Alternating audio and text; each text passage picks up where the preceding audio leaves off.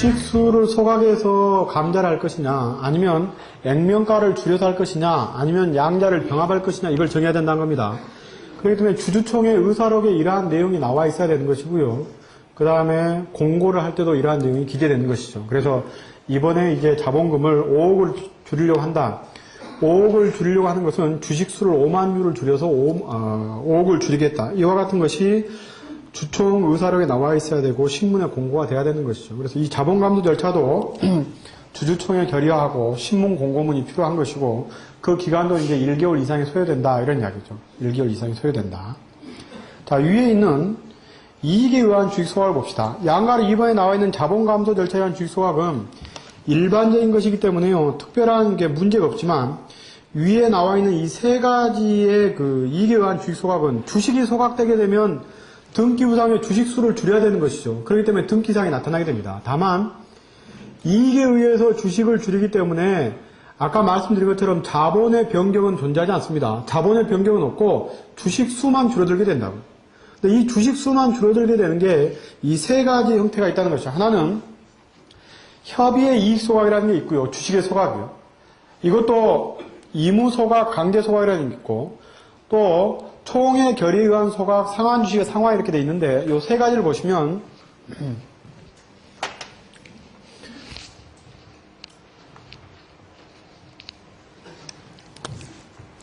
이 주식 수를 줄이는 것에 아까 이제 자본을 감소하는 자본이 이렇게 감소되는 거에 이렇게 있었고 또 하나는 이제 이익에 의해서 주식을 소각하기 때문에 자본은 이렇게 일정한 경우요. 주식 수가 줄어들면서도 불구하고 자본이 일정한 경우에 세 가지 경우가 있다는 겁니다. 아까 정관에 우리가 기재를 하고 등기를 했던 협의의 이익 소각이라는 게 있었고 이건 등기부에 딱 기재되어 있습니다.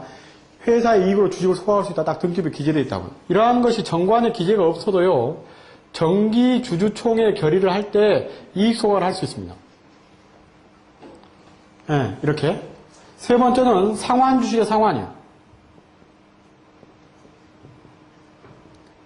그런데 이 세 가지 경우는 어떤 경우든 간에 모두 다 여기 나와 있는 이와 같이 자본이 감소하지 않는다는 것이죠. 이 세 가지의 공통된 특징은 뭐냐면 첫 번째 주총 결의가 있어야 됩니다.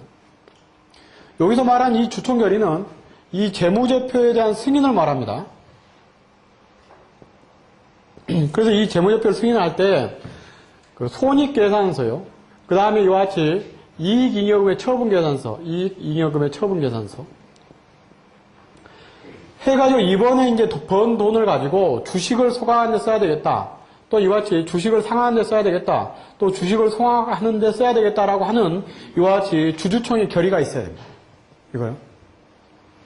요 주주총회 결의 이후에요. 구체적인 이 소각의 시기는 이사의 결의로 정할 수 있습니다.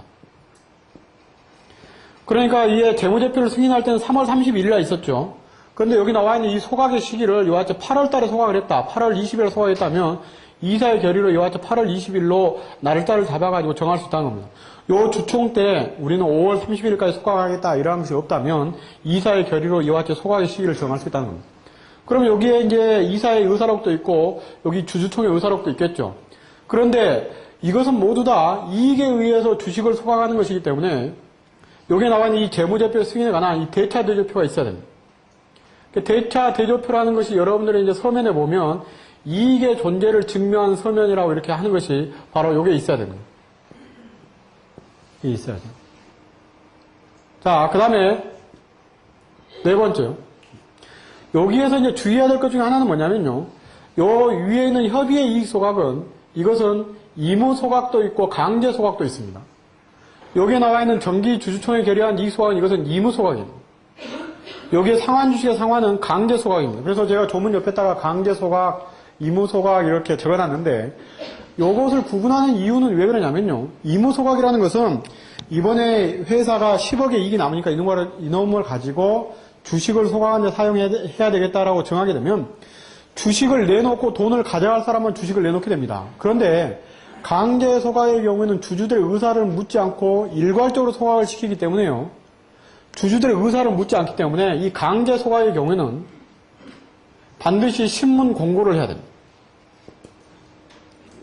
그리고 요 위에 나와 있는 이 자본 감소는 당연히 주주 보호 절차나 채권자 보호 절차 때문에 신문 공고를 하게 되지만, 즉 채권자 보호 절차 때문에 신문 공고를 하게 되지만, 요 이익에 의한 주식 소각의 경우는 원칙적으로 회사 채권자한테 아무런 문제가 생기지 않죠. 이익을 없애는 것이니까. 그럼에도 불구하고 신문 공고문이 필요한 것은 이와 같이 강제 소각의 경우는 이 신문 공고문이 필요하다는 겁니다. 의무 소각에는 그렇지 않죠. 그렇기 때문에 이 강제 소각이 어떤 경우입니까? 요 위에 나와 있는 일반적인 요 협의에 의한 이익 소각도 일반적으로 강제 소각을 합니다. 그 다음에 여기 나와 있는 상환 주식의 상환, 이건 강제 소각이죠. 강제 소각의 형태를 띠게 되는 거죠. 그 상환 주식을 갖고 있는 주주들이 이번에 나는 안 팔겠다, 나는 안 내놓겠다 이렇게 말하는 게 아니라 회사가 그냥 이익이 남아가지고 이번에 상환 주식도 없애야 되겠다고 결정이 되게 되면 그건 없어지는 겁니다. 다만 공고 절차를 받게 되는 것이죠. 그러면 이제 신문 공고문에 이 주주들은 주권을 제출해 주십시오 이렇게 합니다. 근데 회사가 주권을 발행한 적이 있습니까? 없습니다. 그렇다 할지라도 반드시 저 공고문은 반드시 내야 되는 것이죠. 그래서 여기서 여러분들이 주의해야 될 것은 다른 것은 다 알 수 있을 겁니다. 근데 여기에 나와 있는 이 강제 소각의 경우에 이 신문 공고문을 낸다든가 요 뭐 대차 대조표에 여기 세무사 사무실을 요청하면 나오는 것이죠. 그 다음에 여기 나와 있는 주주총회 결의가 여기 있어도 요 소각의 시기를 정하지 않는 경우에는 이사의 결의로 정할 수 있으니까 결국엔 등기의 기산일은 여기입니다. 이쪽이죠. 만약 이게 강제 소각이 되게 되면 이날이 아니고 어디가 되겠습니까? 실제로 이제 이날을 기준으로 해서 신문 공고가 이와 같이 만료된 이렇게요. 강제 소각의 경우 효력 발생 시기는 이 신문 공고 기간이 만료한 때입니다. 의무 소각의 경우는 내놓는 사람들에게 주식을 받아서 없애는 게 되는데 그럼 받아가지고 없앨 때 결국에는 주권에 관한 효력이 상실하게 되는 것이죠. 일반적으로 이 강제 소각이라면 이 기간이 만료한 때가 효력 발생 시기죠. 그래서 거기에 보시면 그 첫 번째 주식 소각, 두 번째 총회 결의에 의한 주식 소각, 그 다음에 세 번째 상환 주식의 상환. 여기에 요 세 가지 중에서 등기부에 나타나 있는 것은 제 343조하고 345조 요 두 가지만 등기부에 기재됩니다. 거기 가운데 있는 총회 결의에 의한 주식 소각의 경우에는 정관에 기재가 없어도 정기총회에서 이와 같이 소각할 수 있다는 겁니다. 그래서 두 번째 것은 등기부에 안 나타나죠. 첫 번째하고 세 번째만 등기부에 나타나게 되는 것이고, 다만 이제 등기를 할 때 그 밑에 보시면 첨부 서면에 이렇게 되어 있죠. 총회 결의, 이익의 존재, 소각의 시기는 이사의 결의, 그 다음에 신문 공고문은 이와 같이 강제 소각의 경우에 첨부를 해야 될 것이다. 이걸 놓치는 경우가 가끔 있습니다. 물론 등기소에서 이걸 갖다가 놓치고 그냥 등기를 하는 경우가 있는데 원래는 이렇지 않다는 겁니다. 자, 그 다음에 강제 소각의 경우는 효력이 주권 제출 공고 만료일이죠. 그러니까 신문 공고가 끝난 날이요. 의무 소각의 경우는 주권 실효 절차를 완료한 때입니다. 자, 그 다음에 자본 감소에 의한 것은 봤고요. 그 다음에 이제 증권거래법에 의한 주식 소각 이렇게 돼 있는데, 그 상당법인의 경우는 이와 같이 주식을 소각할 때, 뭐 이사의 결의에 의해서 이렇게 할 수 있다, 이런 이야기고, 뭐 있으니까 조문 한번 보시고요. 26페이지입니다. 주권입니다. 자, 주권은 아까 주권을 일반적으로 발행시킬 필요가 없지만 주권을 발행시켜야 될 필요가 있는 경우가 있습니다. 그렇죠? 주식을 확실히 양도하게 하는데 또는 이와 같이 명의신탁을 하거나 질권을 설정하거나 이런 필요가 있는 경우에는 이 주권을 발행시켜야 될 필요가 있는 것이죠. 이 주권의 발행 방법은 밑에 거기에 견본에 있는 것처럼요.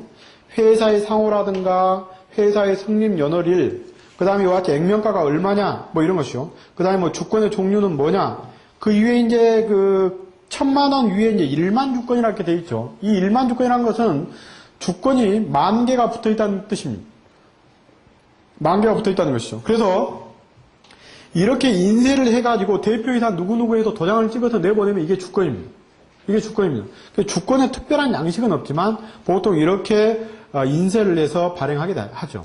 그러면 이렇게 주권이 발행된 경우에는 이 이후에 모든 주권에 관한, 주식에 관한 그 권리 행사 방법은 원칙적으로 이 주권의 소지에 의해서 행하게 됩니다. 주식을 양도할 때도 이 주권을 줘야 되는 것이고, 담보를 제공할 때도 이렇게 해야 되는 것이고요. 나중에 결국에는 권리를 행사할 때도 이 주권을 가지고 와서 주주명부에 이름을 올려야만이 권리를 행사할 수 있는 것이죠. 그렇죠? 그래서 여러분들이 조금 더 이제 의뢰인들의 입장에서 도와주게 된다면 이런 것들도 이렇게 발행을 해서 교부할 수 있다. 이거 이제 인쇄소에 이야기를 하게 되면요. 인쇄소는 이런 용지를 다 가지고 있어서요. 이러한 내용만 주면 다 인쇄를 해옵니다. 인쇄를 다 해옵니다. 자, 그 다음 넘어갑시다. 27페이지요. 주주명부. 우리가 주주명부를 받는 것은 어느 경우만 받냐면 결국에 뭐 공정용 위임을 할 때 거기에 주식의 수를 계산할 때 보통 주주명부를 받게 되는데 이 주주명부의 의미가 뭐냐 이런 이야기입니다. 주주명부의 의미가 뭐냐 이렇게 돼 있는데 이 주주명부에 기재되어 있다고 해서 주주가 되는 게 아닙니다. 아까 말씀드린 것처럼 주주라고 하는 것은 실제 주식을 양수받은 자가 주주지 주주명부에 있다고 해서 모두 다 주주가 되는 게 아닙니다. 그러니까 여러분들이 받은 주주명부는 실제 가짜 주주명부도 있습니다. 제가 한 2년 전인가요? 한 3년 정도 전인가 그 회사의 부동산을 양도하는데 회사의 부동산을 양도하는데 뭐 총회 의사를 꼭 첨부돼야 되는 거 아니지 않습니까? 그렇죠? 그래도 결국에는 재산의 규모가 크기 때문에 주주총회 결의를 해라. 그러니까 이사의 결의를 해라. 그래서 의사라고 그쪽에 다 만들어 왔습니다. 그래서 주주명부 달라. 공정을 해야 되는 거 주주명부 달라 했는데 주주명부 보고 그 사람이 이제 인감 첨부해가지고 공정을 했습니다. 공정을 했는데 나중에 보니까 실제 주주는 교도소에 있었던 것이죠. 주식을 100% 다 갖고 있었던 사람. 그럼 결국에는 밖에 있는 대표이사하고 이사들이 결국에는 주주명부를 쪼개놓은 것이죠. 어디야, 법무사가 알리 있습니까? 회사가 주주명부 줬으면 그런 가지고 하는 것이죠. 그렇죠? 그러니까 이제 기존에 계속 거래를 해왔던 업체의 경우에는 회사가 그냥 찍어주는 주주명부를 봐도 특별히 문제가 없습니다. 그런데 이제 굉장히 생소하게 다른 데 계속 거래를 했다가 설립했다가 우리로 오는 처음 오는 이런 회사의 경우에는 잘 확인을 해야 됩니다. 그래서 회사가 1년 이상이 경과되게 되면 세무서에 반드시 주주명부에 신고를 하게 되어 있습니다.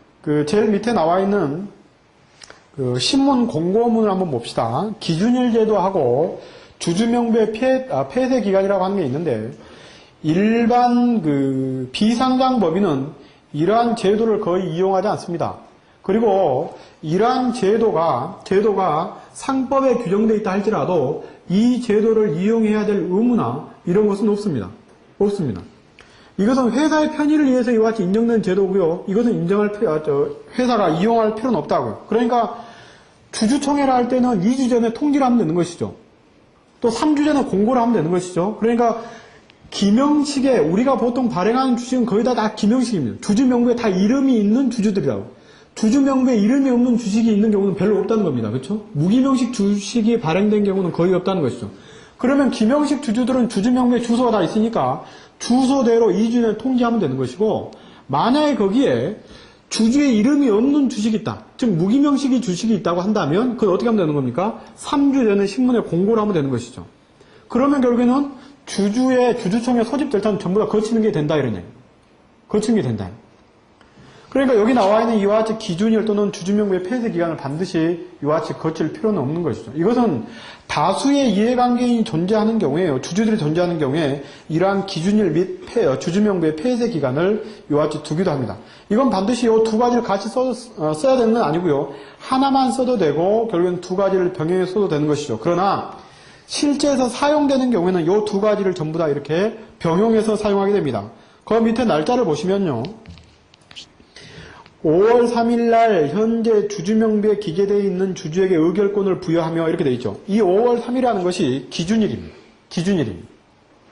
그 다음에 부여하며 권리주의 확정을 위해서 2006년도 5월 4일부터 2006년도 5월 12일까지는 이와 같이 주주명부를 폐쇄한다.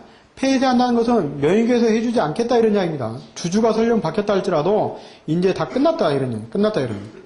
자, 이랬을 때 공고가 4월 18일 이렇게 돼 있죠. 4월 18일요. 이 공고는 최소한 기준일 2주 전에 해야 됩니다. 기준일이 지금 5월 3일이죠. 그러니까 5월 3일 2주 전에 해야 되는 것이죠. 5월 3일은 빼야 되는 것이고요. 5월 2일까지 시작해서 14일을 말합니다. 5월 2일이 14일째 되는 마지막 날이죠. 그래서 이제 주주들이 이와 같이 많은 경우에는 이러한 기준일 및 주주명부 폐쇄 기간에 설정 공고를 한다. 그러면 이 공고를 하게 되면 주주들한테 소집 통지를 해야 됩니까? 안 해도 됩니까? 네? 여기 나와 있는 그 공고를 여기 나와 있는 요 기준일 및 주주명부 폐쇄 기간에 설정 공고를 하게 되면 주주들한테 소집 통지서를 발송해야 됩니까? 발송하지 않아도 됩니까? 발송해야 됩니다. 이것은 주주총회 소집 통지서가 아닙니다. 주주총회 소집통지서가 아니죠. 그렇죠?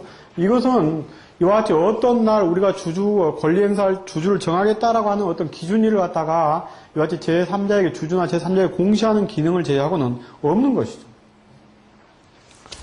자, 하여튼 이 공고는 반드시 2주 전에 해야 된다. 2주 전에 해야 된다. 이 정도 빼놓고는 아까 주주명부와 관련된 효력 정도, 이 정도는 여러분들이 이해하시면 될 것 같고요. 그리고 이제 주주명부를 받으실 때 그래도 주의를 해야 된다, 이런 사항들만 여러분들이 좀 주의하시면 될 것 같고, 28페이지 한번 봅시다.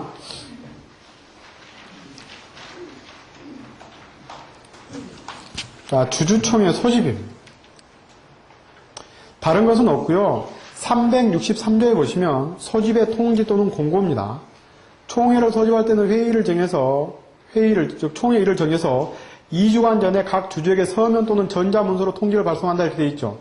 여러분들 정관에 보시면 서면 또는 전자문서로 이렇게 기재되는 것도 있고 서면이라고 되어 있는 것만도 있습니다. 이때 이 전자문서가 이런 이메일들 아닙니까? 그렇죠? 서면. 그러나 여기 나와 있는 2주 전에 발송을 하면 되는 겁니다. 그러니까 2주에는 도착해야 되는 게 아니고 보내는 것이 최소한 14일 전에 보내기만 하면 되는 것이죠. 그래서 상법에 있는 날짜를 계산할 때는 발신주라고 해서요. 보내면 회사의 일은 다 끝나는 겁니다. 회사 일은 다 끝나는 거예요. 그러면 제가 주주들 5명 있는데 5명한테 소집 통지서를 보냈습니다. 주주의 주소에 있는 대로. 그 주주들이 그 우편물을 받았느냐 안 받았느냐 이 여부는 주주총회 소집 절차의 하자하고는 전혀 무관합니다. 발송한 것으로 회사의 절차는 다 끝났다 이러니. 아시겠죠? 나중에 주주가 나는 못 받았다 이렇게 말을 해도 회사는 주주명부에 기재된 주소대로 보냈다라고 하는 것만 입증하면 회사의 일은 다 끝난다는. 아시겠죠? 반드시 주주가 받아야 되는 게 아니죠. 다만 나중에 주주가 4분의 1이 나왔는가 여부만 문제될 뿐이죠. 4분의 1이 안 나오면 총회가 개최될 수 없는 것이고 4분의 1만 나오게 된다면 받았든 안 받았든 문제될 여지는 없다 이러네. 그 다음에 그 밑에 이런 말도 있죠. 3년 동안 계속 도달하지 않냐는 경우에는 소집 통지를 할 필요도 없다. 이런 게 있고요. 자, 그 다음에 29페이지에 소집 통지서를 먼저 보시면 소집 통지서를 2주 전에 발송하면 된다 이랬네요. 그렇죠? 2주 전에 발송하면 된다. 자, 여기에 쭉 이렇게 있고요. 일시, 장소, 회의의 목적사항 이런 말이 있죠. 그렇죠? 그 다음에 주주총회 참석 시 준비물, 기타 사항 이렇게 돼 있어서 실은 주주총회 소집 통지서를 보낼 때 가장 중요한 것은 요 일시하고요. 그 다음에 회의의 목적사항. 이걸 놓치면 안 되는 것이고, 그래서 가끔 회사의 입장에서는 소집 통지를 보냈는데 그걸 갖다 빼먹었다라든가, 그래서 이걸 갖다 긴급 발의로 할 수 있는 것이냐, 또는 소집 통지서에 기재되지 않은 사항을 추가로 이렇게 결의할 수 있는 것이냐, 이렇게 묻게 되는데, 원칙적으로는 그것은 소집 절차상의 하자가 발생할 수 있다는 겁니다. 그렇죠? 그래서 보내기 전에 이게 가장 중요한 이야기죠. 자, 그 다음에 다시 28페이지로 오시면, 의결권 결의 방법과 의결권의 행사 이렇게 돼 있죠. 자, 거기 보시면 368조 1항입니다. 여기 보시면 총회 결의는 이 법 또는 정관의 다른 정함이 있는 경우를 제외하고는 출석한 주주의 의결권의 과반수와 발행 총수의 4분의 1 이상의 수로 한다 이렇게 돼 있는데 이것은 거꾸로 읽어야 됩니다. 뭐냐면 회사가 발행한 주식 총수의 4분의 1 이상이 나오고 나온 사람의 과반수가 찬성을 할 것 이런 말입니다. 그래서 우리는 31페이지를 먼저 봅시다. 자, 여기 나와 있는 28페이지 이야기하고 31페이지의 내용이 31페이지의 371조를 봅시다. 자, 보시면 총회 결의에 관해서 의결권 없는 주주가 가진 주식의 수는 발행 주식 총수에 산입하지 아니한다. 총회 결의에 관해서 368조 사항의 규정에 의해서 행사할 수 없는 주식은 이렇게 368조 사항은 뭐냐면 특별한 이해관계에 있는 자의 주식입니다. 특별한 이해관계에 있는 주식이요. 그 정도로만 기재를 해놓으죠. 이 경우에는 출석한 주주의 의결권의 수에 산입하지 아니한다. 이 1항과 2항이 좀 다르죠. 1항은 발행 주식 총수에 산입하지 아니한다 이렇게 돼 있고 2항은 출석한 주주의 의결권의 수에 산입하지 않는다 이렇게 돼 있죠. 그 밑에 보시면 의결권 없는 주식, 자기 주식, 자회사가 보유하고 있는 모회사의 주식 이런 주식들은 발행 주식 총수에 산입하지 아니하고 특별 이해관계인의 소유주식, 감사 선임에 있어서 100분의 3을 초과하는 수의 주식은 발행주식 총수엔 산입하되 의결 정족수엔 산입하지 않는다 이렇게 되어 있죠. 자, 이제 정족수 계산 한번 해봅시다.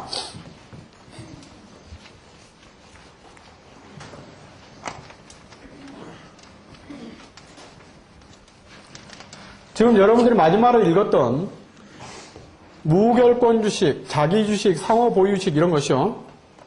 자, 이번에 주주총회 안건이 회의의 목적사항이 이번에 제1호 의안, 2호 의안, 3호 의안이 있습니다.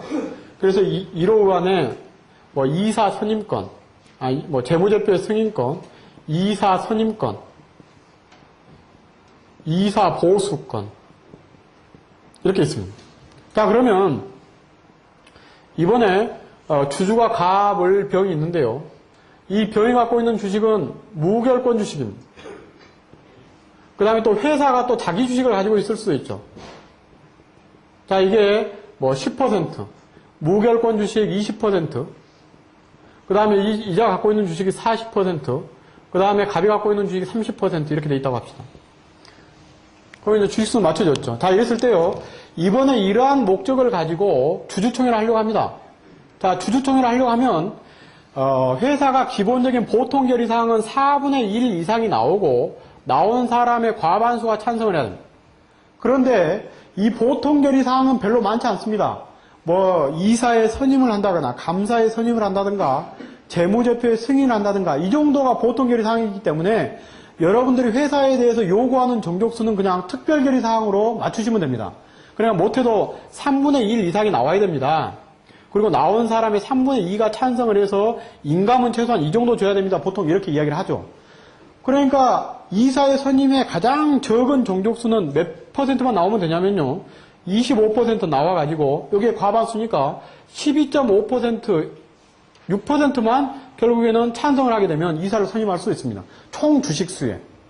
그런데 이제 이렇게 하게 되면 보통 2주 전에 소집 통지했습니까? 물어봐야 되죠. 통지했습니까? 뭐 주주는 문제가 없습니까? 이렇게 물어봐야 되니까 이렇게 하지 마시고 이런 정족수는 이렇게 나눠지기는 하지만 특별결의 정족수로 주주총회 의결에 관한 서류를 받게 되면 문제가 상대적으로 없을 것이다 이러니. 자, 그러면 여기에서 말씀드린 무결권 주식, 자기 주식 이런 것들은 요 숫자에 계산하지 않습니다. 여기에 계산하지 않습니다. 요 앞에 나와 있는 발행 총수에. 자, 그러면 이번에 여기에 30%, 70%, 여기 20, 30 있으니까 그럼 4분의 2 이상이 나왔느냐를 따질 때는 뭔만 따지게 되냐면 요 70을 100으로 보는 것이죠. 이 70을 100으로 보고 저 70에 해당되는 주식에 4분의 1이 나왔는가 여부만 따지게 됩니다. 100을 가지고 4분의 1이 나왔는가 따진 게 아니고 70을 가지고 4분의 1이 나왔는가 여부를 따지게 된다. 이 주식은 나와봤자 어떤 의안에 대해서도 의결권을 행사하지 못하기 때문에 나올 필요가 없고요. 70% 중에 4분의 1이 나왔는가 여부만 따지게 된다는 거. 아시겠죠? 네. 이게 이제 무결권 주식이나 자기 주식이나 상호 보유 주식이요. 상호 보유 주식. 그래, 아까 요 B라는 회사가, 여기 A라는 회사의 주식을 갖고 있었죠. 요 A가 B 회사의 주식을 10% 이상 가지고 B가 A 회사의 주식을 5% 가지고 있었다면 요 주식도 요한테 뺀다는 거. 다 뺀다는 것이죠. 아시겠죠? 그래서 요 첫 번째 건 이해하시겠죠? 그래서, 일단은 어떤 의안에 대해서도 의결권이 없는 주식은 발행 총수에서 빼고 그 나머지의 3분의 1이 나왔는가 여부를 따지게 된다. 자, 두 번째요. 아까 368조 사항이라고 했는데 특별 이해관계 있는 주식이요. 자, 이번에 요 갑이라는 자가 이사라고 합시다. 이사입니다. 이사인데 이번에 이사의 보수를 정하는 건이 있죠.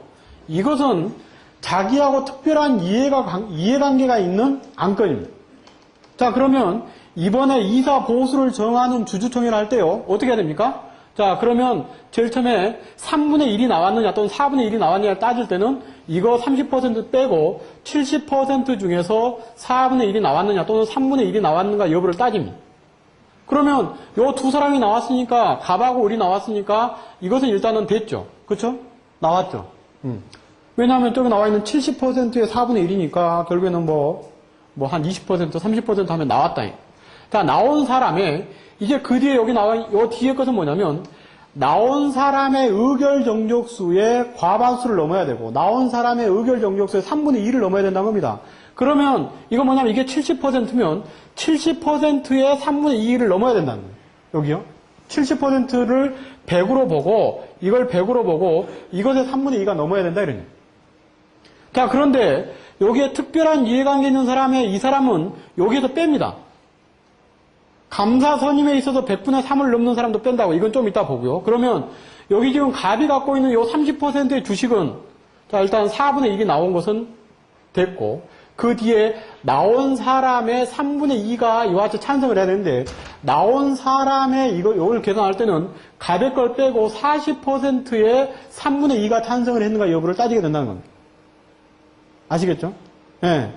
그러니까 결국에는 갑이 갖고 있는 저 주식은 갑은 1번 의안하고 2번 의안에 대해서는 의결권을 행사할 수 있으니까 발행 총수에 산입을 하고 다만 자기와 관계 있는 그 안건에 대해서는 이와 같이 출석한 주제 의결 정지소에 뺀다고. 빼니까 결국에는 나머지 40% 중에 3분의 2가 찬성을 했는가 여부를 가지고 결국에는 그 의안의 이와 같이 결의 여부를 따지게 되는 것이죠. 아시겠죠? 그러니까 여러분들이 이제 의아하게 생각하는 거 아닙니까? 뭐냐면 감사를 선임할 때 100분의 3이 넘는 수의 주주를 갖고 있는 주주는 의결권을 행사할 수 없다고 하는데 이거 전부 다 100분의 3이 다 넘지 않습니까? 가불이 나와도. 자, 그럼 보십시오. 자, 감사 선임에 있어서는 지금 요 D하고 관련된 것이죠. 그러면 70%의 3분의 1이 나왔느냐. 즉, 이제 선임이니까 4분의 1이 나왔느냐. 이렇게 따진다는 거. 나왔다. 그러면 나온 사람의 의결권에 이와 같이 3분의 2 또는 과반수가 찬성을 해야 되는데 여기 나와 있는 의결 정족수를 계산할 때요. 뭔만 준다는 겁니까? 30, 40을 하는 게 아니고 갑이 갖고 있는 것은 3%만 그렇죠? 총 주식의 100분의 3이죠.